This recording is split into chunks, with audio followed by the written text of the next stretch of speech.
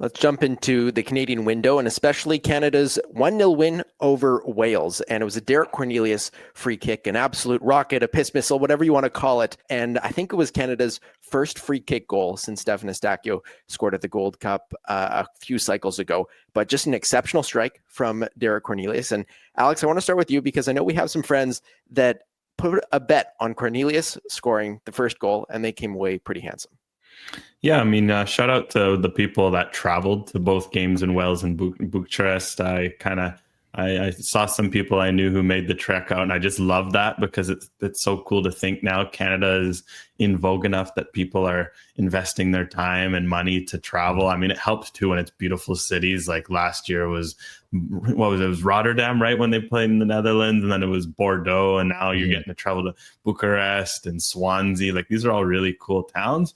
But yeah, shout out to that. And yeah, some geniuses out there put out a bet for Derek Cornelius scoring first, and they made, I think, something like a 25-1 return on a 10-pound bet. So I'm sure they enjoyed the night in Swansea last night. So shout out to those geniuses. Maybe they're onto something with Derek Cornelius, absolute sniper. I'm surprised it was only 25-1, to be honest. Yeah, it feels low, right? Yeah, I mean, there was a chance, maybe not those same odds, that he wouldn't have even started. Center back scoring his first international goal. Yeah, man, what a way to do it. Like my first reaction is like Ronaldo's been dying for another one of those, right? Like he'd watch that and be so damn jealous that it was a center back that did that. And obviously there's been a lot of talk about him trying that in training, but he stepped up to take a free kick from a similar distance against Romania, and the commentary team was surprised. Caldwell was surprised, and me watching, I'm like, really? Like, what did they paper scissors rock for that? Like, what? Why? How did Cornelius get that? Well, now you see why, and I'm totally game with giving him more. And one of the things from this window as well, and especially in the Wales game, was the set pieces were really threatening. Just a few moments before Cornelius sent that one in, Luc de Fougerolles almost scored a Puskás nominee type goal off a corner with a back heel flick. I thought it was a header because you don't immediately think that, the 19-year-old center back is getting a flick onto the crossbar. But an exceptional set piece window, and especially I want to focus on this Wales game for Canada because, Alex, when you look at this Canadian team, they won't have Nicolas Gagnon anymore, as Jesse Marsch said in his press conference, but there's been some tremendous growth in that aspect of the game in 2025, especially against Wales. Yeah, hopefully that growth continues, but I like that they've finally rectified the issues that we'd identified and seen that had been there with set pieces. It was twofold, like we mentioned. Delivery was a big one, just because, but obviously there's a lot of talk about Alphonso Davies taking them. Stefan Eustáquio had been good, but not great at taking them. Then, of course, the runs were a huge problem because Canada has targets, but they didn't seem to know where to go. And it feels like now they've both figured out who can deliver them from where. And I think that's the big key, is from where. Because I think the reality is, but Alphonso Davies, Stefan Eustáquio, Ali Ahmed, Nathan Saliba, Mathieu Chouanier, you go down the list. All of those guys can deliver a ball. But the difference is what Ahmed can whip in from a corner versus what a guy can whip in from a free kick versus what a guy can whip in from here versus Derek Cornelius taking a shot. Each player has certain strengths, and I think that's really been the big difference, is we see a clear identity of, okay, the free kick's here, that's Ali Ahmed's ball. Okay, that's that corner, it's this guy's ball. Because it makes a big difference of knowing when you should spin it, when you should knuckle it, when you should float it, etc. And then the other one has just been the movement. Like what I love on the Luc de Fougerolles near goal is when you see it, there's just a flash of white at the near post. Guys are running, guys are pulling in, pulling out. De Fougerolles ends up unmarked, and it's perfect because before, Canada would almost just sit statically, hope the ball would land on one of their guys' head and watch. Whereas all of a sudden there's this flash of movement of, even if you're not getting the ball, you're opening up space, you're trying to flick it on, another guy's trying to go to the back post in case of a rebound. It's just so much more organized. It looks a lot more like a symphony, right? Like before they had all the instruments, but they weren't playing the right notes. Now they've written something down and it looks a lot better. Nathan Saliba is doing a pretty fine job in that Canadian lineup, and of course started in the midfield alongside Ismail Kone as well. And that was a midfield pivot that had to be done because of Stefan Eustáquio not being in this lineup. But we all thought that Mathieu Chouanier could have stepped into that. And Brendan, we see a midfield pivot of Nathan Saliba and Ismail Kone. How do you think they performed? Because I thought they were incredibly aggressive, especially going forward. Yeah, I thought they were as well. I think we debated this midfield before, and I think we've all kind of been on different sides that agree that both Saliba and Chouanier deserve more minutes. But how do you play them and still get the best or get anything out of Eustáquio and Kone? And I had said, I'm pretty sure it was me, and Alex may have had the same feeling. I wanted to see Kone and Saliba next to each other, and I think that you got a tremendous advert for what that duo and what that pairing could be. And I do rate Chouanier differently than you guys. I feel like, to me, this is obviously Kone and Eustáquio at their best are 1. This is 1A for me. I think this is 1A with Eustáquio being the person that is unavailable. Then to me, this is 1A in that scenario. If you don't have Eustáquio, I thought that they fed off each other well. They enabled each other to get into spaces without being on top of each other, which I think is often the case when guys just don't have the regularity or experience of playing with each other in competitive action. But they look like they've done this before. And both of them, I feel like, have elevated their game. They play with so much confidence. And credit to Ismail Kone with everything that happened, over the last week. He played a very confident game. He played a game out there like he had something to prove without taking the risks that maybe we've seen in the past from him and other young players who have tried a bit too hard or bit off a bit too much. I thought it was a very good performance from him, and I think that Jesse Marsch will be pretty satisfied with how he repaid his trust, which is what Ismail Kone said he was all about going into this game. You have to remember, though, Nathan Saliba and Ismail Kone started together against Curacao at the Gold Cup. That was pointed out on the broadcast, and it wasn't the greatest of showings as a duo from them. So I think it's important to know just how much Saliba has grown over the last 3 to 9 months. Like, his growth is actually remarkable. And I think what we said before last camp in the summer was, for Stefan Eustáquio, he had one backup. It's Mathieu Chouanier. Mm-hmm. Now I think with the development of Saliba, he now I see him now as a backup to Eustáquio, but one advantage he has over Chouanier is just with the way he plays, the style, the ceiling. I think immediately he's kind of slotted with a performance like this. He's just shown that if he can bring what Chouanier can bring defensively, which Saliba showed he could, there's just things he can bring on the ball that no one can bring. Like Eustáquio himself can't bring, the way he was spraying the ball, organizing from deep along with the destroyer. Because I think with Chouanier, he's such a good destroyer. He steps up, he defends, but he's not going to be a guy to play a 50-yard pass. He's not going to be a guy to break lines in that way, and that's not his game, right? But Saliba, what he does on the ball is so exceptional that now that he's added this defensive side of the game, which it all started last September, I think, when Jesse Marsch first called him up, and since then his defensive progression has just been on this linear pathway. It's a game changer for what Canada's midfield can bring, because now all of a sudden Stefan Eustáquio steps out the lineup and you don't worry. Like, that's been a worry for 3-4 years now. What do you do with this Canadian team when Eustáquio is unavailable? And I think it adds context to how important this Wales win is, that they traveled away to Wales, played a good Welsh team, didn't even have Eustáquio in the midfield, and they got a win. And I think that's a huge credit to Saliba and also Kone. Kone did a lot of good things defensively, and himself, his stock went up a lot this window, at least in terms of what he put out on the field in both games. So shout out to both of those guys, especially Saliba.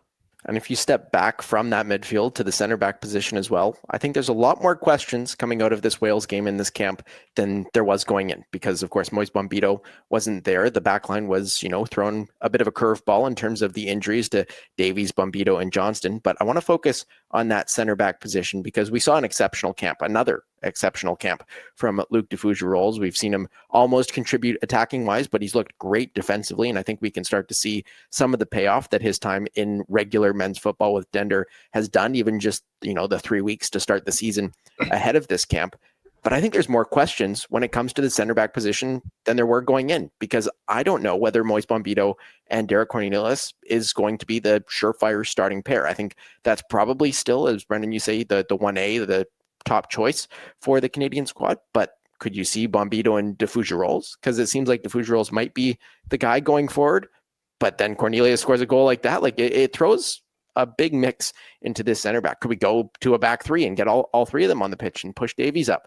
I don't think Canada's going to tinker more. But Brendan, would love to hear what you think on Luc de Fougerolles providing a lot of competition into this.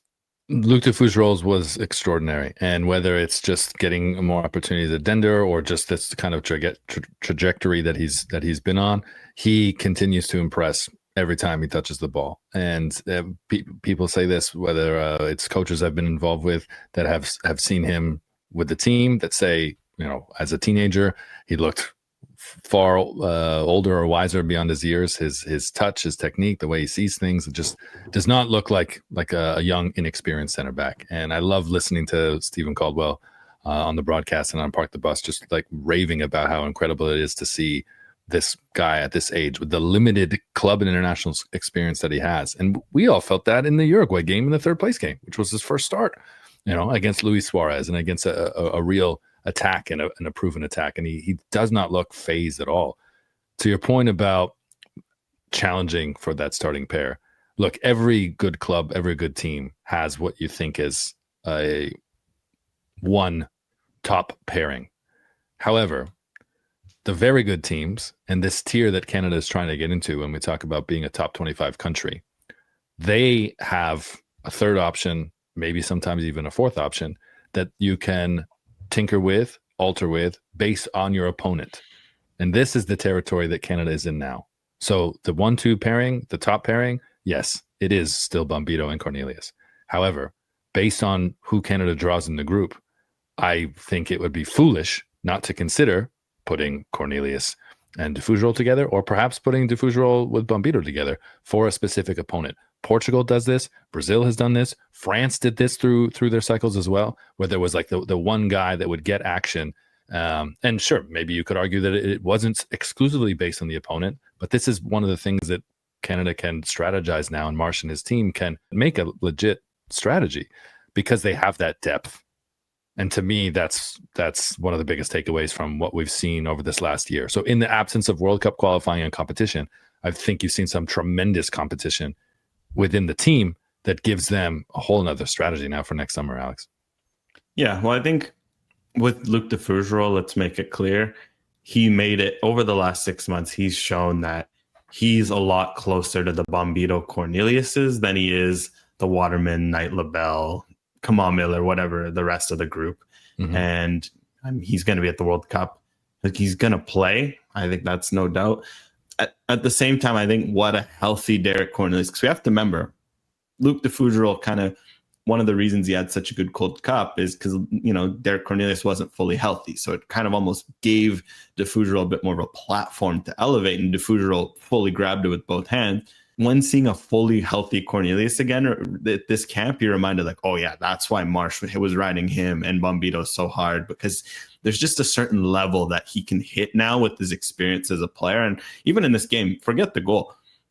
Like, his defensive actions in this game were outstanding. Like, he was dominant at the back in terms of the way he handled what he had to deal with, the defensive actions that I think as a Luc de Fougerolles, I have no doubt Luc de Fougerolles is going to hit a level like that. He's shown in glimpses he can, but now as a 27-year-old, Cornelius has shown he can hit on a regular basis. And I think that's why, for me, if anything, I got a lot of clarity this camp where, okay, after the last few months, de Fougerolles' trajectory has changed significantly, but this is still Bombito and Cornelius. But what de Fougerolles has done is, if for whatever reason in the next 10 months you have any injury to Bombito and Cornelius, you're not crapping your pants like you were 10, 12 months ago because there's no center back options below them to step up.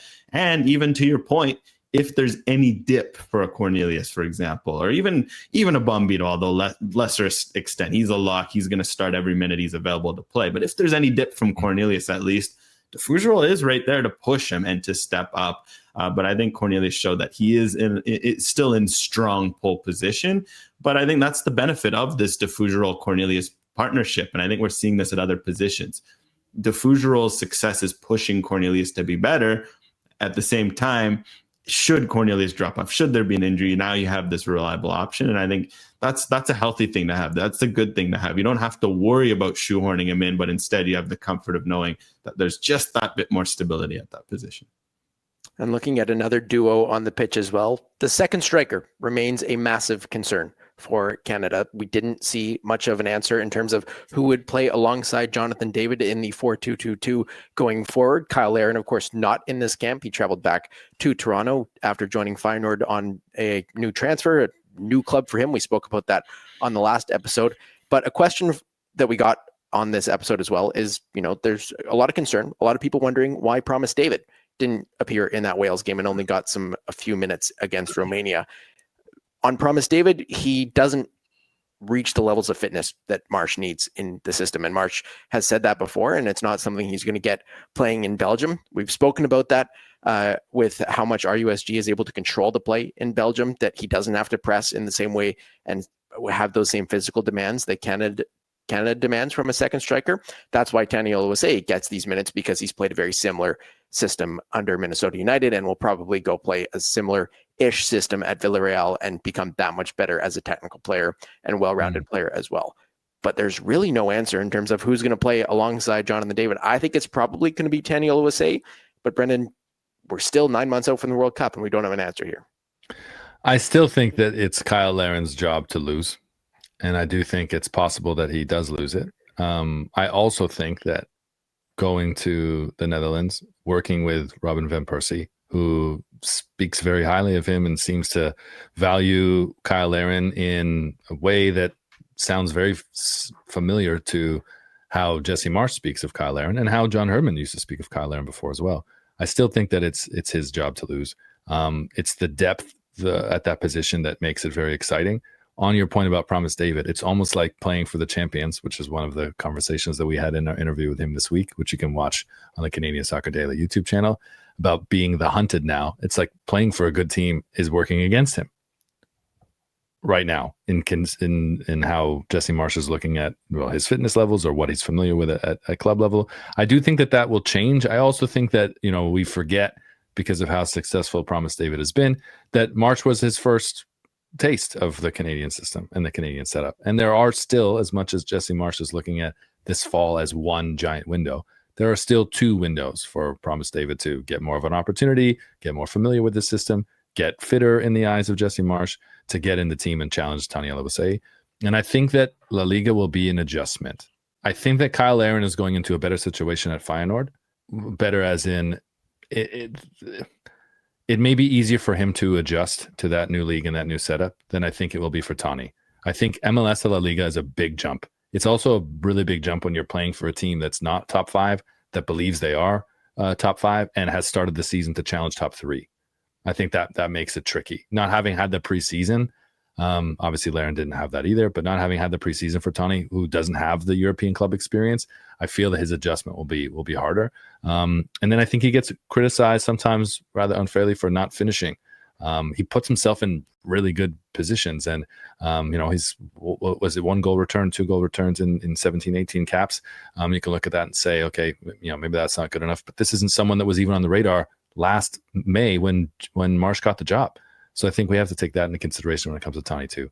Yeah, well, to start with Promise, though, just to your point, Brendan, about not seeing a whole lot of him, this was his 3rd camp with Canada, essentially, because we'll count the June one as one big camp because it was split into 2. This is his 3rd window with this national team. This is his first calendar year still. He only joined up with the team in 2025. Plus, again, this camp, we do forget he's not fully fit because at Union Saint-Gilloise, he hasn't started for them since early August because he's been dealing with a bit of, I think they mentioned in the broadcast, like hip flexor, leg injuries, where he's fit enough to play 20-30, but not to start. I also think that plays a role where Jesse Marsch, again, don't forget, like Theo Bair. Theo Bair himself made a good move.